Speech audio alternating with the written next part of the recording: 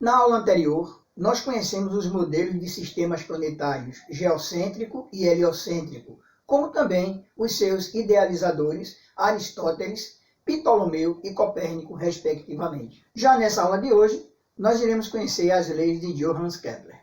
Eu sou o professor Dário Souza, bem-vindo ou bem-vinda ao nosso canal. Se você ainda não é inscrito, inscreva-se e ao final desse vídeo, caso você goste deste conteúdo, não esqueça de deixar o seu like, pois ele é muito importante para a manutenção do nosso canal. E vamos à nossa aula.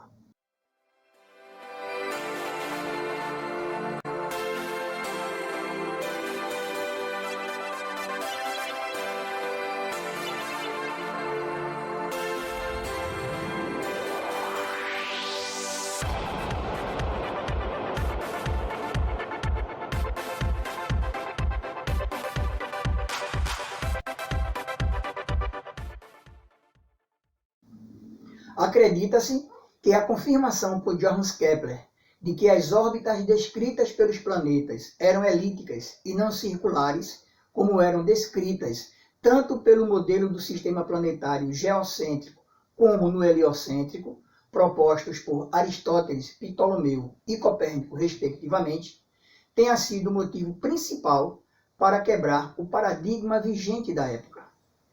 No entanto, antes de conhecermos as leis de Kepler, vamos conhecer o que é uma elipse. Como vocês podem ver, esta figura aqui ao meu lado é uma elipse. E a elipse é formada pelos seguintes elementos: o seu eixo maior, determinado pelos vértices A1 e A2, seu eixo menor, determinado pelos vértices B1 e B2, e a interseção desses eixos nós temos o centro da elipse. Sobre o eixo maior, nós temos a indicação dos focos F1 e F2. E esses focos eles estão a uma mesma distância do centro da elipse. Temos também a distância focal, representada pela letra C, que é a distância entre o foco e o centro da elipse, tanto podendo ser do foco 1 ao centro da elipse, como do foco 2 ao centro da elipse. Temos também a medida do semi-eixo menor, representado pela letra B, que determina a medida entre o vértice B1 e o centro da elipse, ou entre o vértice B2 e o centro da elipse. Já sobre o eixo maior, nós temos a medida do semi-eixo, que é representado aqui pela letra A, que é a distância entre o vértice A2 ao centro da elipse, ou também podendo ser do vértice A1 ao centro da elipse. Com relação à sua excentricidade, ela é determinada pela expressão aqui apresentada, ou seja, ela é determinada pela razão entre a distância focal e a medida do semi-eixo maior da elipse. A elipse ela pode variar de tamanho, ou como nós podemos dizer também de achatamento, que é exatamente a medida de sua excentricidade. E essa excentricidade ela varia de 0 a 1, ou seja, quanto mais próximo de 1 o valor de sua excentricidade, mais achatada é a nossa elipse. Quanto mais próximo de 0, essa elipse fica um pouco mais arredondada ou se aproximando de uma circunferência. Por exemplo, nós temos quando sua excentricidade é igual a 0, isso quer dizer que a distância focal também é igual a 0. E com isso podemos concluir que o foco 1 é igual ao foco 2, ou seja, eles estão em uma mesma posição, em um mesmo ponto. Com isso, podemos concluir também que a figura representada é uma circunferência, como vocês podem ver aqui ao lado. Já, por outro lado, se essa excentricidade se aproxima de 1, nós temos a elipse um pouco mais achatada, como vocês podem observar aqui, quando a sua excentricidade é 0,5. Para desenharmos uma elipse, nós iremos precisar da medida do semi-eixo maior da elipse, que é um valor arbitrário.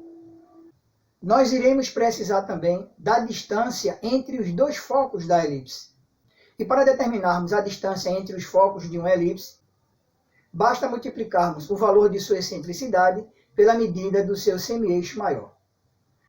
Levando em consideração as trajetórias dos planetas do nosso sistema solar, podemos observar nessa tabela representativa aqui ao lado, que o planeta anão Plutão é o que tem uma trajetória mais excêntrica.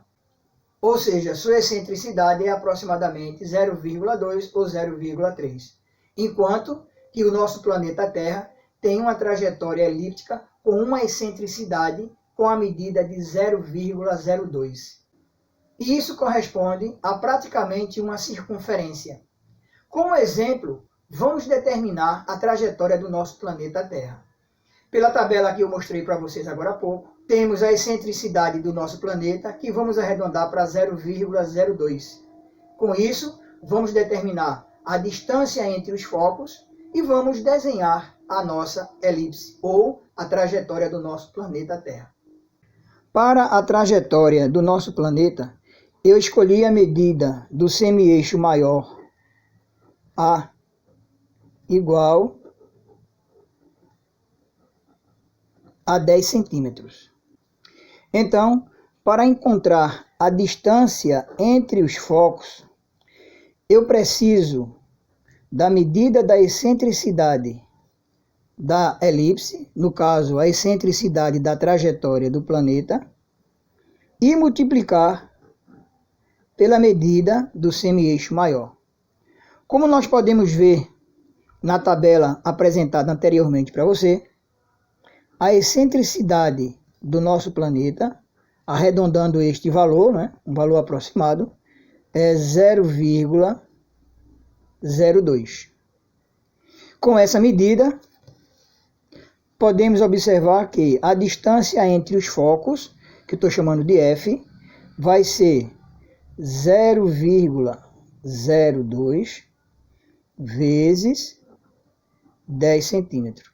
Isso aqui nos dá uma medida de 0,2 centímetro. Ou podemos também utilizar 2 milímetros. E é essa a distância entre os focos. Para desenharmos a elipse, eu vou utilizar um barbante e que, para encontrar o comprimento desse barbante, que eu vou chamar de L, eu preciso conhecer a distância entre os focos F e somar com a medida do semi-eixo maior A. E nós vimos que esses valores nós já temos posse deles. Então nós temos o quê? Nós temos que o comprimento desse barbante vai ser igual à distância entre os focos, que nós encontramos 0,2 centímetros, mais a medida do semi-eixo maior, que nós determinamos arbitrariamente como 10 centímetros. Então aqui nós teremos a medida de L, ou seja, do barbante, igual a 10,2 centímetros. Utilizando uma régua e um barbante, vou determinar aqui a medida que nós encontramos de 10,2 centímetros. Então aqui, 10,2 centímetros. Mas eu preciso do dobro desse barbante, ou seja, eu preciso dobrar a medida desse barbante, que é para fazer uma laçada, onde ele vai fazer o papel de um compasso. Sempre determinando um pouco maior, para que quando eu der a laçada, a medida fique exatamente 10,2 nessa laçada que nós iremos dar. Então eu vou fazer o dobro, um pouco mais que o dobro, tá? Então aqui seria no caso 20,4. Vamos colocar aqui 24, tá? Então aqui na medida aqui eu estou chegando aqui em 24 centímetros. Vou cortar o meu barbante aqui. Então aqui utilizando a tesoura,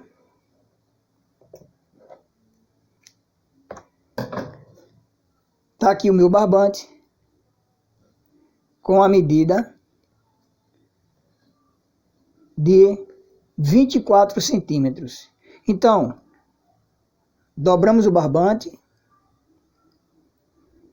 E aqui vamos fazer de novo a medida de 10,2 centímetros.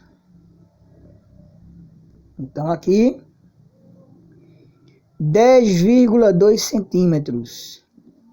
Está aqui essa medida, aqui, 10,2 centímetros. Então veja que ficou pequenininho para você dar a laçada aqui. Mas quando eu der essa laçada aqui, o nó ele vai ficar exatamente aqui. Como eu já fiz essa medida antes, o nosso barbante ele fica assim, tá? Então essa laçada, se vocês observarem aqui, ela tem exatamente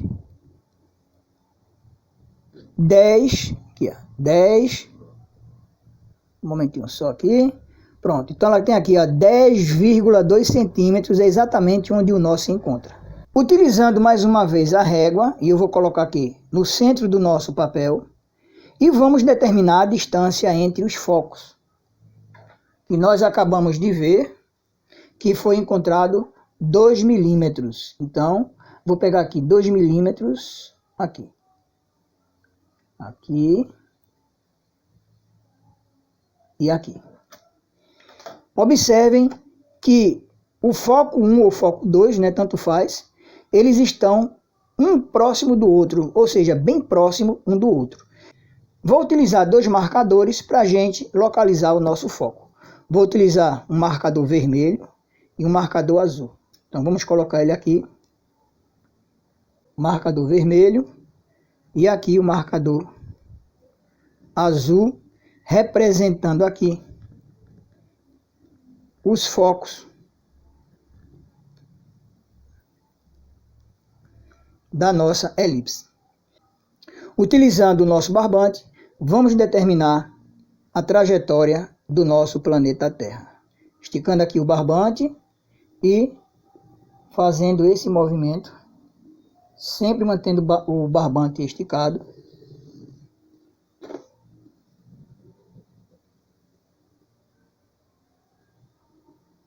Bom, então vocês podem observar que a trajetória do nosso planeta, vou tirar aqui o barbante, e observem que a trajetória do nosso planeta é praticamente uma circunferência, fugindo totalmente da figura que nós temos nos livros de geografia ou até mesmo nos livros de física.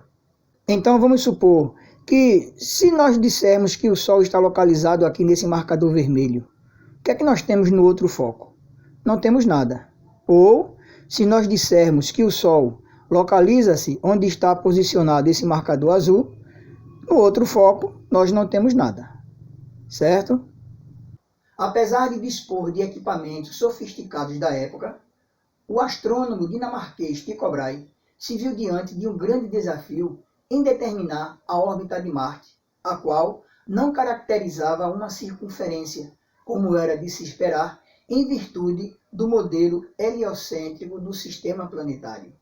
Na necessidade de um matemático para resolver tal problema, o matemático alemão Johannes Kepler se propôs a tal façanha, o qual, após muitos cálculos, conseguiu descrever a órbita de Marte através de uma elipse matematicamente correta, o qual generalizou sua descoberta afirmando que a trajetória de todos os planetas ao redor do Sol é elíptica, e este, o Sol, por sua vez, está localizado em um dos focos dessa elipse. Com isso, nós temos aí a primeira lei de Kepler, também conhecida como lei das órbitas. Por meio de exaustivos cálculos e no intuito de encontrar um universo harmônico em relação às órbitas e os movimentos dos planetas, 10 anos após a elaboração da primeira lei, Kepler enuncia uma nova lei planetária. O raio vetor, segmento imaginário que une o Sol ao planeta, varre áreas iguais em tempos iguais.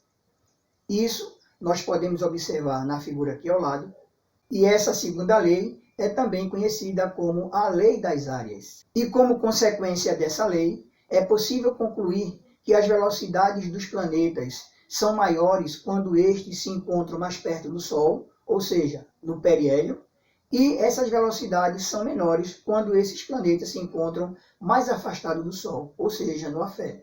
Estabelecendo uma relação entre as diferentes velocidades dos planetas ao longo de suas órbitas, Kepler concluiu que o Sol era o responsável por essa variação, o qual agia pela ação magnética sobre os planetas. Ideia essa que Isaac Newton posteriormente invalidou através de seus estudos sobre a gravitação.